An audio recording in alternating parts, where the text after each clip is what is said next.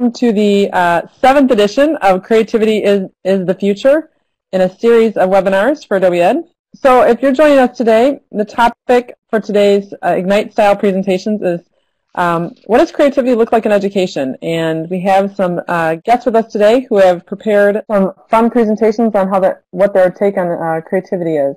This webinar series is geared towards school administrators, teacher leaders in the education field. It discusses the basic nature of creativity, its importance, and how we can foster its growth in educational realms. The final webinar will be held on April 22nd when Chris takes us through the future of digital learning.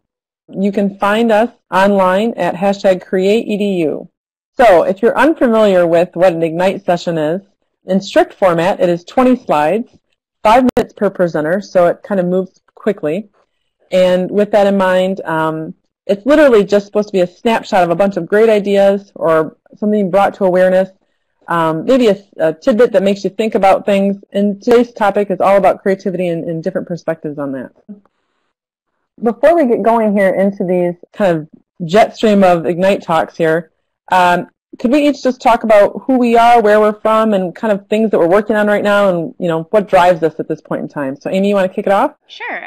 So I'm Amy Burvall, and I actually have just changed careers. So now I'm working as head of academic affairs at a startup in San Francisco called EdgeMakers. But for 22 years, I've been in the classroom, and I do a lot of creative projects on the side. So you might see me on YouTube with History for Music Lovers, crazy parody videos using 80s songs history, or you might see some of my sketches online. I'm doing a lot of pink and black kind of graphic facilitation right now, and I have a lot of creative projects as well.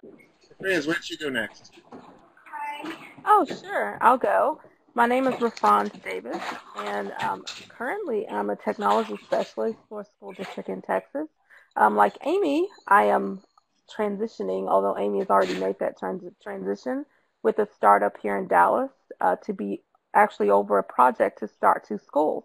So I'm pretty excited about that. And we're really centering it around creativity because, as you'll hear from my presentation, I feel like I was born into a house that just simply cultivates that. And it's really had a positive effect on how I work with teachers to be more creative in the classroom. So I'm exceptionally excited to share here today. I'll go ahead and go. Outside of just teaching classes day in and day out, I've been working last couple months hosting 2 events. We were picked by the California Department of Education as one of several demonstration sites, and so we open up our school this coming Friday for the 2nd time as an invitation to administrators and educators to come visit and hear from our teachers, our current and former students, hear about best practices, and also get to meet some of our lovely partners, including Adobe Education and BAVAC. And a lot of this is also leading up to first ever Arts Media CTE Leadership Institute in Southern California, San Diego, coming up in a couple weeks. And that will be really exciting. I just posted the link to that event. Some nice people and lots of people coming together for the first time to kind of collaborate on career tech ed and AME stuff at a state level. I currently have had a change in professions as well. I was released from the classroom to go ahead and create some shift in our district as far as professional development, and we'll hear a little bit more about it through the Ignite a little bit, but it's really about just empowering teachers to kind of be creative and open themselves up to things, and I'm having the time of my life. This is kind of like the dream job. So, and I am in Grand Rapids, Michigan with Forest Hills Public Schools. So. All right, without further ado, I think it's time to get this party started. Let's do this in order to preserve bandwidth. Yeah, I'm going to go ahead and close out my video so that you kind of have the floor. And Jeff, can you turn your video off for the moment? I sure can. Thank you so much, Kelly. So first off, on this opening slide, I have 3 bit.lys. Hopefully they're easy to understand, and they lead you to a G+ community, each one, that I've cultivated resources for, I have activities, so I welcome you to join and also contribute resources if you like. So one is focusing on remix. The first one, Make du Jour, is really about creativity in general. And then the last one, Imaged, is particularly about visual thinking and how can we combine, how can we infuse that more in our classrooms. So there's lots of goodies there. Think of it as sort of a conversation and a resource toolbox. Great quote, right, from Ken Robinson. I think there's been a huge paradigm shift brought about by participatory culture. And Henry Jenkins, who is like the king of participatory culture, he says, we live in a world in which everyone has access to the means of creative expression. And I think this is the most important part, the networks supporting artistic distribution. So how can we make that real for our classrooms? Let's see if I can, there you go. So today, my talk is really going to be about cultivating creativity on a daily basis, both for ourselves and for our students. And Twyla Tharp wrote about this in her book, The Creative Habit, developing a habit for creativity. I've drawn a spine with an anchor because for me, creativity is really like a spine that holds me up, and it's the anchor of my day. And I'll be sharing ways in which to incorporate that into your classroom and your personal life as well. I really think that the most crucial thing about creativity is having a childlike sense of wonder, and that we need to nurture our students' innate sense of wonder as well. It means seeing beauty and interestingness in the mundane, and something I call explore lust, which really works well with your smartphones because you can go out and, I often charge my students with going out and finding the little things that are surprisingly beautiful and capturing them with their cameras and really taking kind of a deeper look at life. And a famous person that did this, of course, was Michelangelo. He has this great quote that I saw the angel in the marble and I carved until I set it free. So to have that sense of wonder and to be hypersensitive in a world where it's difficult to even be present is crucial. And I think it involves looking at things at a meta level, like media analysis. It involves noticing things that are normally overlooked and problem finding. Two of the people that I love that are very resourceful and play with unexpected media and interact with their environments are these two gentlemen from Instagram. The one guy actually uses those cellophane sheets for those overhead projectors. Remember those? And he combines Sharpie and whiteout, and he interacts with his environment. He calls them serendipitous doodle ramblings, and he produces GIFs and photos. The other guy obviously uses everyday objects to create whimsical collages. So it's all about playing with media. And another important aspect of this is remix culture, embracing the remix. And I do a lot of remix. If you've seen my remix history videos, all using Adobe products, by the way, that's really where I fell in love with remix as the soul of creativity. But you have to know your dots when you're dot connecting. So it's important to expose yourself to a variety of things. Austin Kleon says you're a mashup of what you let into your life. And I truly believe that's important for us to help students recognize, what's making them creative. The other thing I have up there is visual thinking. And as we move towards a more a media environment that's more visually dominated, I guess, by visual culture, it's important to give students opportunities for visual thinking, I think. And this is probably the most difficult part about creativity, especially in the classroom, but finding white space, which is, in the design world, white space is the white space on a page that lets the other stuff pop. But eliminating the mind race and finding the white space, I think, is crucial to developing creativity. I'm calling it lingerlust as opposed to wanderlust, but it means tinkering and experimenting and staying in the question. And I recently watched John Cleese from Monty Python do an excellent talk on creativity, and he said, you need 1.5 hours for purposeful play. So one of the things you can do in your classroom is create an environment that's conducive for creative makery, I guess. And I had a graffiti wall where students could put quotes and drawings, and I also crowdsourced my students for ideas for apps to make things. It became kind of like a project menu, but also interesting people to follow on Instagram and Vine. Or you could create an event. One of the thoughts I had as I watched my daughter do Dear Time, drop everything and read, was what if we had drop everything and draw? And you can use this for reflection or formative assessment. We've been talking about creativity as more of a personal thing. I think it's important to do that. In fact, the quote that I found at the beginning of the year from Henry Miller, "Paint what you like and die happy," has kind of influenced my thoughts this year. But I think it's also important to be transparent. So this was the wall behind my desk, and I wanted to show my students that I'm in the midst of thinking creatively all the time, and I have this kind of hodgepodge of ideas. It's also crucial, I think, to have a notebook to externalize your brain, just like Da Vinci and the rest of the greats. But we have to remember that creativity, the best kind, is actually combinatorial, not just in its nature, connecting dots, but also with each other. So finding creative soulmates, working in a kind of a studio vibe situation, whether that be physically or virtually, where you're all creating together, maybe not on the same project, but at least you're all kind of working together. And three of my affinity spaces that I use on the internet are DS 106, Digital Storytelling 106, which also offers the Daily Create, and a new production company called hitrecord.org, which I encourage you all to share with your students because they can submit a drawing, an animation, a snippet of music, and it can be part of a published project and they can get paid. And then Mix, by people who use the app Paper 53 to draw, it's a remix community. And all of these crowdsourcing opportunities reinforce the fact that the best kind of creativity happens in little bite-sized pieces, that there's low barrier of entry. So here's some ideas you can use in your classroom. I invented something called Serendipadoodle, which you can follow on Twitter, which throws out a randomized bot-created adjective noun, and you have to draw a doodle. And it's usually very metaphorical, and it pushes your thinking.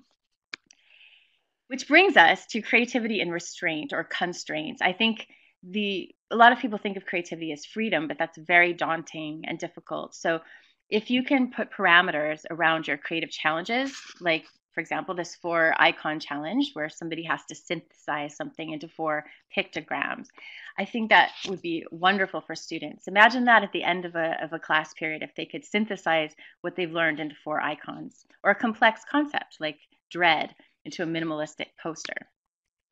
One of the things I found is that sometimes I need to give myself a creative kick in the pants. And at 3:30, I don't know about you, but I feel like I just want to crawl up, take a nap.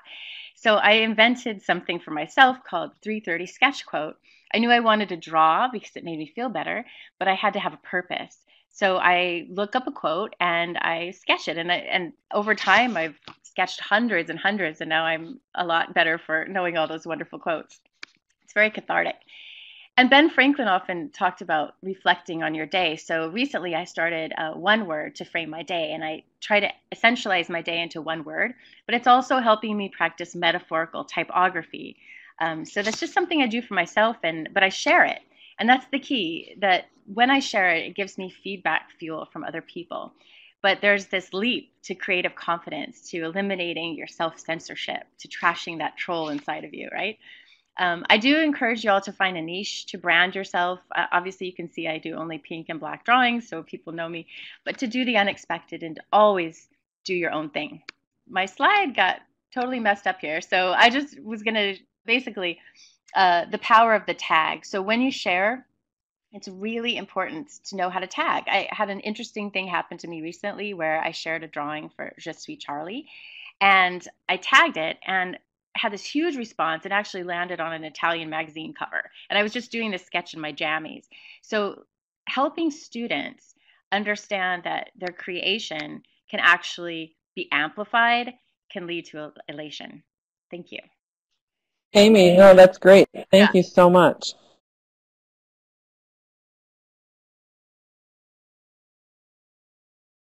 And Rafran Davis, it is all you, girl. Yay! Hello, everyone. My name is Rafran Davis, and as I've introduced earlier, I'm really excited to share this story. One of the things that we get to do as educators is bring a lot of our experiences into the classroom and what we do. And for me, mine has really stemmed with working with my 10-year-old nephew, who was 8 when this journey started, and using his story to help challenge how teachers view creativity. When you ask him, what do you think about creativity, or what does being creative mean to you? His reply is almost always to the tune of, to create is to live. he says that as long as he can breathe, as long as he can drink, as long as he can have a meal, he has to be creating. And that is so true. I think of so many of us in so many ways. I like to call him a constant explorer of creativity. But one of the things that we started doing is connecting him to creators from a global standpoint. Sometimes that's through Twitter, through some hashtag, or sometimes that's through other adults that are kind of working with children and looking at how they view creativity. So I pose the question, what inspires you? What helps you to be creative? For me, of course, it's watching him, but for others, it was so many things. This is my friend Victor Tran, who is one of my constant, I like to call him contributors of genius, of creativity. And Victor said something to me that really stuck out to me. He said that inspiration is everywhere, that it's all around you in life and in the people you surround yourself with. From the little things that you don't even notice until your mind suddenly pinpoints it, moves it to the forefront of your thoughts. These are the things, can be a memory from your past or a feeling that gets triggered at some time. And then you start your journey with it by asking yourself, what can I do with this? What can I do with these things? And it was so profound for me even to hear him say that and to hear Braden say that. I mean, for Braden to hear him say that, because for him, that's the way he views creativity as well. And it was just an incredible moment. Then we went to Chicago to our friend Sheann Barrett, and he's a teacher that works with students in Chicago public schools. And his response was that creativity is what grows from listening to our students, our community. It is the uncertainty of what they'll create with the certainty that it'll be far more beautiful than they could have ever planned or imagined. And it's that one we connected with, especially because oftentimes when you think about creativity, the first thing that a teacher asks is, how can I plan this? What can I do with it? Where does this fit within my lesson plans? Well, the reality is sometimes creativity doesn't fit in your lesson plans. It really just is. Which brings me to the amazing Sabrina Stevens, who says that creativity is intelligence with style. It's how we solve problems, but also how we present knowledge in a compelling and relatable way. And so I shift my focus to Braden, who in this fuzzy image often meets my day with FaceTime. And this actually happened last night, and he's in the process of making a brand new puppet bird.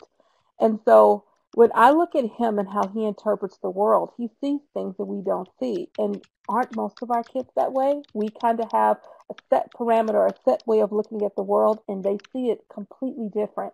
How he chooses to channel his creativity is through puppets, but not just through puppets. Sometimes it's through Minecraft. Sometimes it's through video stories. Sometimes it's drawing. Sometimes it's by creating silly songs. But it really is about letting him be in a state of being. The cool thing about him and any kid is he's never met a pot of clay that he couldn't mold into something. In this case, it happened to be molding it into puppet figures. But we've also seen him mold worlds. We've seen him mold buildings for that world, cars, anything. When you give kids Play-Doh, they don't sit and look at you and say, I don't know what to do with it. They get it, they start mixing, they start turning, they start mashing. Those are the lessons that we have to bring to teachers about creativity or even technology, that it's not about being handed a set of instructions all the time. It's about getting a set of things and letting those things lead you to where they may. One of my favorite projects that he's ever done is he was asked to do a solar system, and I think every kid at a certain grade level does some type of solar system. But he didn't take his solar system and just paint it with some colors and put it on some sticks, nor did he allow us to help him.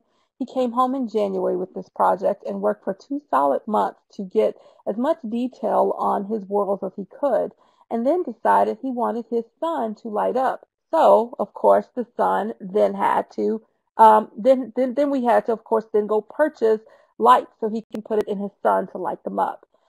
And that was just so telling to me, because how often do we give kids kind of this roadmap to do things, but we don't allow them to just run with it? So the lesson here, especially when I worked with teachers and had the physical product to show them, was that We are the ones that put limits on what kids can do. What happens when we step aside and allow them to take hold of it? How will they light their world? Well, then they share it. This happens to be an image of Braden sharing a YouTube video, I'm sure, with my baby nephew. That when he sees things that are creative and he tries to make things, he doesn't want to bottle it up or keep it inside. He wants to share it. Kids in our classrooms are the same way. They want to share. They want to connect with a global world. They want to learn from each other. And we have to give them those opportunities to do that. Dead time doesn't exist. Drop everything and draw. This is pretty evident right here. A moment of sitting in an office and waiting on the adults to finish the adult things became eyes into what he was seeing at that moment. All it was were eyes, but they were the most detailed the most detailed image, I guess, of him really interpreting what was in his mind and just creating. Sometimes you just have to create. A box for Valentine's becomes a monster that says, feed me. We sometimes take out construction paper and boxes and crayons and we give kids this set of things. My nephew taught me, don't go buy me a kit. Don't buy me a set of things that you think I should have. Give me the world and let me turn it into what I want it to be. A moment of sitting with family became, hey, let me take a picture of you and draw it. So out comes the iPad and a notepad and pencil, and we draw that. What's interesting here, and I tried to find that image and couldn't, was that we were told, like in our school district, we were talking about the tools that kids needed to be creative. And I am such a proponent of Adobe Creative Cloud, and I'm not saying that just because this is an Adobe recording, but because I know what it has been for him. I watched this kid at 8 years old take an image of himself and turn it into a cartoon. But yet I listen to adults say, you know what, that's not the right kind of software for kids that age. And we have to stop doing that as well. So I get to take this story and then, of course, the digital images that he creates and say, you know what, kids this age can do it if we stop saying what they can and cannot do. Puppets made in the physical life with felt and with foam and with materials become cartoons or become figures in movies when we allow kids to do what they were born to do. And, you know, I close this story, I guess, with looking at who he is and where he is in the world and kind of how his story has helped phrase how we look at creativity across the spectrum of education. If we let kids be, then they will be. And if we let kids do, then they will do. And we have to step aside and allow that to happen. And I believe that's it. We're friends, killing it with the student creativity. Fantastic. That's great. Okay, so I'm going to let Jeff go last because I really don't want to have to follow up 3 of you, so I'm gonna. He's gonna do some sweet stuff here. Okay. So my perspective is a little different right now, and it goes right along with what Amy and Rafan have been kind of talking about creativity. Except I feel like there's a missing piece here. So. This will be by Ignite, and it's going to be based on instilling it in a. So you get to spend time with kids as teachers every day, and every day we're asked to give kids opportunities and know exactly what that means to meet all of their needs and to inspire them and to really help develop them as individuals. But then we're asked to go to hours and upon hours and upon hours of professional development that was determined by somebody else about what was best for us. They sit us in these huge, huge, huge droves of teachers, and typically we're delivered to in lecture style, and often we just are, all of our energies get drained. We feel extremely tired at the end of a professional development day. We are sitting for the majority of the time, and what happens is we lose our thought processes. We lose some of that energy that we came into our day with just because they're trying to develop us And we often have to suffer through death by PowerPoint. And what it does is it's stifling our thinking and it's stifling our own creativity. And what this is causing a dissonance in the classroom. It's causing a dissonance in schools.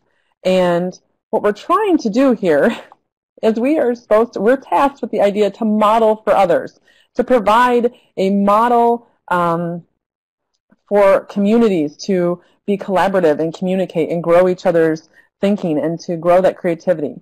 But we often have to suffer through, and I'm going to use that willingly, a lot of the professional development that we have to suffer through is it's not catered to our needs. It does not help grow us in a creative capacity, and therefore the change that we want to see in our classrooms is not happening at a rate that we really want. And a lot of teachers are left thinking, how am I not doing well with my students?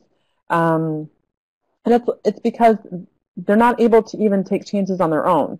The hours, and we all have very limited time from day to day, and the hours that we have are very key. So the idea behind creativity is that you take ideas and you remix them, right? That you take ideas and you implement them.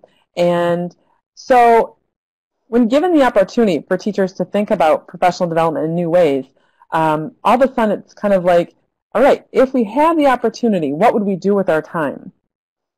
And what happens here is it gets kind of fun. And this is a kind of foreign concept to professional development, to let teachers actually own it and to create their own ideas of what would be prosperous for them. And what's going on here, when you give teachers the ability to create their own professional development, you're giving up a little bit of control, but what you're going to get is that brain power, and you're going to get that active participation, that creative participation in that mode when they determine their own fate. A big part of professional development, when you let teachers own it, is that fun game element. When kids are being able to be creative and they want to increase their ideas, you find yourself playing games with your own mind. Kids find themselves playing games with, okay, well, I did this, then I'm going to game up and level up, and I'm going to do it the next way. They'll challenge themselves. They'll take on harder software. They'll take on different tasks because it's fun and it's game-like, and that's a natural mode for us to be in as humans. And teachers can do this and still make professional development really worthwhile. So then it was the talk of the naysayers or the doubtful people saying, oh, well, we have to do professional development for test preparation. Some people would love to say that their professional development topics have already been determined as far as the state tests and how we're going to handle this test and how we're going to handle this. And I'll tell you what, when given the opportunity, if you gave all that content and those needs for professional development over to teachers, what they'd be able to do is remix it and make it worth their while. And that's what we're really trying to do when we're going in and saying, okay, let's kill the old model, let's rebuild it, let's put some flavor and creativity back in it. You're giving teachers the opportunity to really say, what do we want to do with this? And then the topic becomes secondary, but the mode of learning, the mode of active contribution becomes primary to the whole topic. When teachers are given the opportunity to create and to really be part of that process, then it becomes an active achievement, and they can celebrate their learning, and they can celebrate what they've been doing, and they can actually feel like they've owned it. And the piece here that's really key is that through that ownership and through that embracing of the learning and really taking it into their own hands, it becomes a modeling of what can happen in the classroom.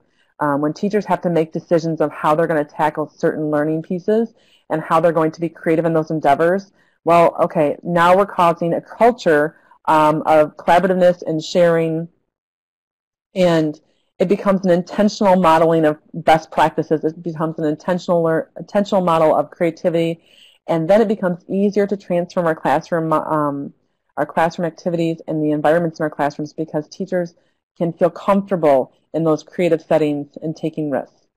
And that is all. Thank you. I'll dive right in. I've been teaching for about 18 years. I went into teaching as an artist and slash social activist who really believed in the power of art and creativity to make a difference and transform the world. Kids often ask me, did you actually choose to do this? And I explain yes. And although I might make different choices now about where I'd like to go, I did in fact become a teacher because of those things. And one of the things, just looking at this slide, thinking about how excited I was several years ago, and it's already now been a few years, when seeing Adobe really put front and center the idea of supporting creativity and giving a really strong voice to creativity in education. It was super exciting because I think that, again, like you mentioned in the first presentation, it's a turning point. It is definitely a shift, and there's a stronger value on the role of creativity, and we're rolling forward with this is kind of, I think, the two faces of myself. I think there's Mr. Toad, my totem animal for the day. I feel very calm and collected. Sometimes this is the public face, and then on the backside, I feel like Mr. Toad on the wild ride, always attracted to the bright, shiny, loud, noisy machines that are exciting and kind of jumping from one thing to the next and keeping you bumping down the wild road.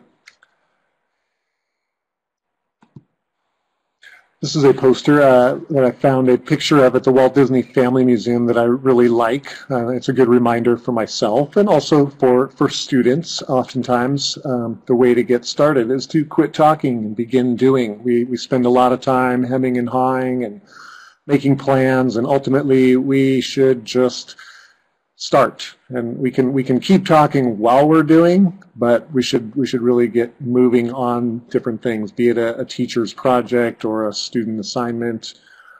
And there's that first notable this journey, this wild ride, was kind of encapsulate a year inside and outside of the classroom as an educator, trying to be challenged and challenge himself. Last summer, at the beginning of summer, got to present and attend the Courageous Creativity Conference at Disneyland, and we got to spend time with a number of Imagineers, and it was a really exciting time to see and hear from some very old school Imagineers and new people as well about their thinking, their kind of synthesized engineering and creative approach. Not hard engineering, but like, if we can make it work, let's make it work. This guy took his old erector set and figured out how to structure and model the California Adventure Ride that is a really popular attraction with something that had been sitting in his closet for 50 years, seeing where there are solutions. Thanks for moving this slide. This is another wild bunch of people met over the summer, getting to spend time with the always inspiring Adobe Ed leaders who wow me with their brilliance and their efforts and just the brilliant ways they approach bringing creativity and tools to their students. I had the opportunity to be able to train educators at the Baltimore Design High School that was open in its second or third year in mostly an Adobe Youth Voices curriculum. It was a really great space, and just seeing the transformation of an old industrial manufacturing warehouse turned into a brand new school. And of course, got to spend some quality time with Kelly and Rob on the floor of the ISTE conference doing some sessions. So I get challenged by putting myself out there and doing speaking and training.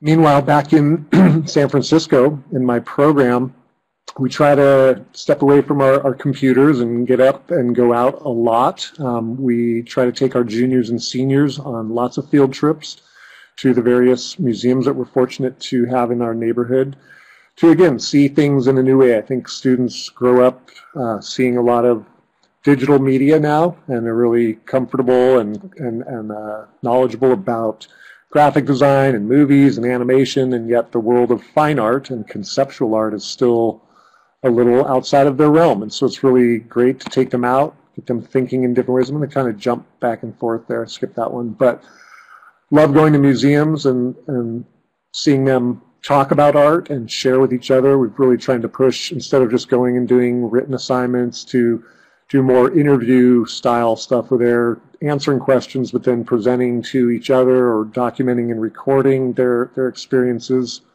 over the day, and then being able to share that back with each other later in the classroom or with other people online. So again, like I said, we go to lots of museums to think in different ways. These students are asked to combine their thinking from their social studies and English courses. So one museum we go to, we search the museum, very kind of classical Renaissance to beginning of 20th century artwork, looking for archetypes that they studied and read about in English, but we look for them in paintings, try to find some connections to their literary themes, as well as political topics that they might be studying over time in U.S. history, econ, and government courses. A lot of our strength and ability for Balboa, a historically underfunded and resourced school, is to have formed a lot of great partnerships. We are in the midst of a third year of working collaboratively with SF MoMA on a new model for them and for us of responsive planning. So we actually get to sit with museum people and figure out what do we want to do on a more long-term kind of regular basis, what can be done on a more shifting basis as museum collections change, and again working with the Walt Disney Family Museum to kind of bring them into the fold of working with high school students that they previously hadn't, and that helps both partners lead to new opportunities for both our students on our side, but maybe for themselves and other people and their institutions as well. So one of the outcomes of the Walt Disney Family Museum was their creation of an animation festival for all schools in the Bay Area. So it's really exciting. So again, some nice shots. The working relationship with SF MoMA has allowed us to bring living, breathing, contemporary artists into our classrooms after actually going out and seeing their work, so they get a chance to wrap up with them and get feedback and learn more about what they're doing. Again, we're really pencil to paper a lot in our classes, from storyboarding to sketching and planning, depending on if you're in video or in animation. But we tell them, conceptually, the fundamentals of art and design are really front and center before we hit those digital tools. So, and I think the creative juices flow a lot better once they've got a handle on that. They feel more confident in expressing their ideas, and then the graphic Joseph Lebrec is lurking. Oh. There he is. All right. So again, really exciting, because these are the opportunities that help us connect what we do in the classroom with the broader industry and professionals. Up top on the right is Don Hahn of Lion King. He's a producer of Lion King. In the back is John, who is the creator of Wild Brain Studios. And so that's why we love these experiences, getting out there. And again, challenging ourselves with new tools. I love seeing how even all of you are using your creative tools, be it tablet or desktop, to just push yourselves on the presentation modes. We got to pilot Adobe Voice back when it was Ginger, and it was super fun. I've been really excited about sharing that with teachers here on site. We are incorporating digital publishing a little bit more and more each year with the seniors as kind of part of their capstone project. And after school, dabbling and exploring 3D printing, working with different software, including Photoshop as well. And of course, getting schooled in design thinking over the last few years with just my own PD opportunities has been able to bring that back to the classroom and the students thinking about their projects and working on things, as well as bringing that to other teachers in different professional settings.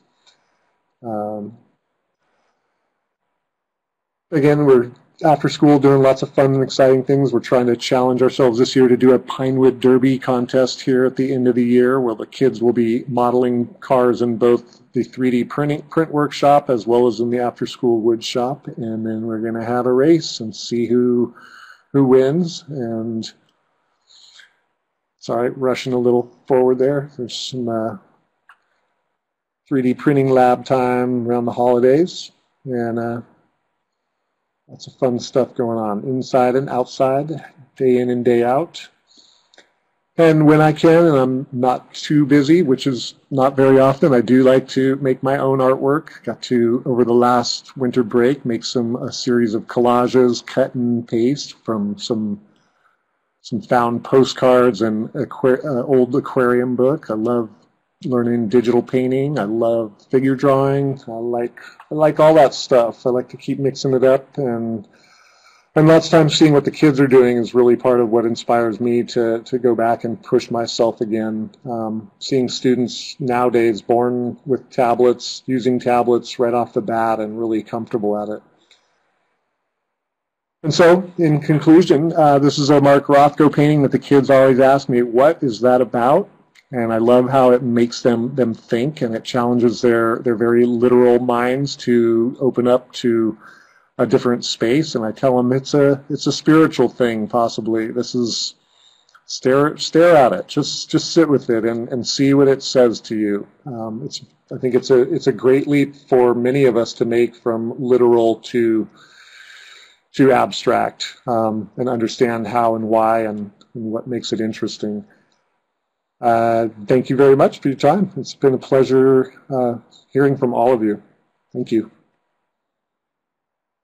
Great. Okay, so I think we've come to the end of the road.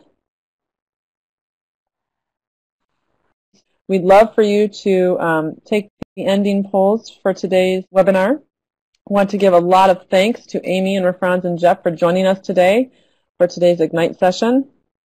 If you'd like to join us later and watch the recording of these Ignite Talks, you can find it at ignite-talks.attendees.com.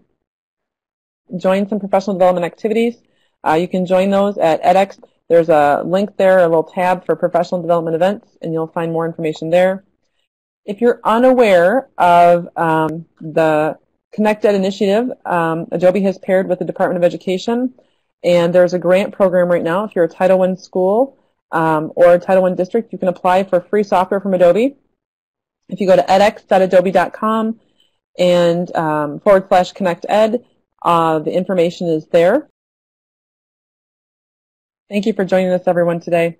And thank you again to our guest speakers. This was excellent.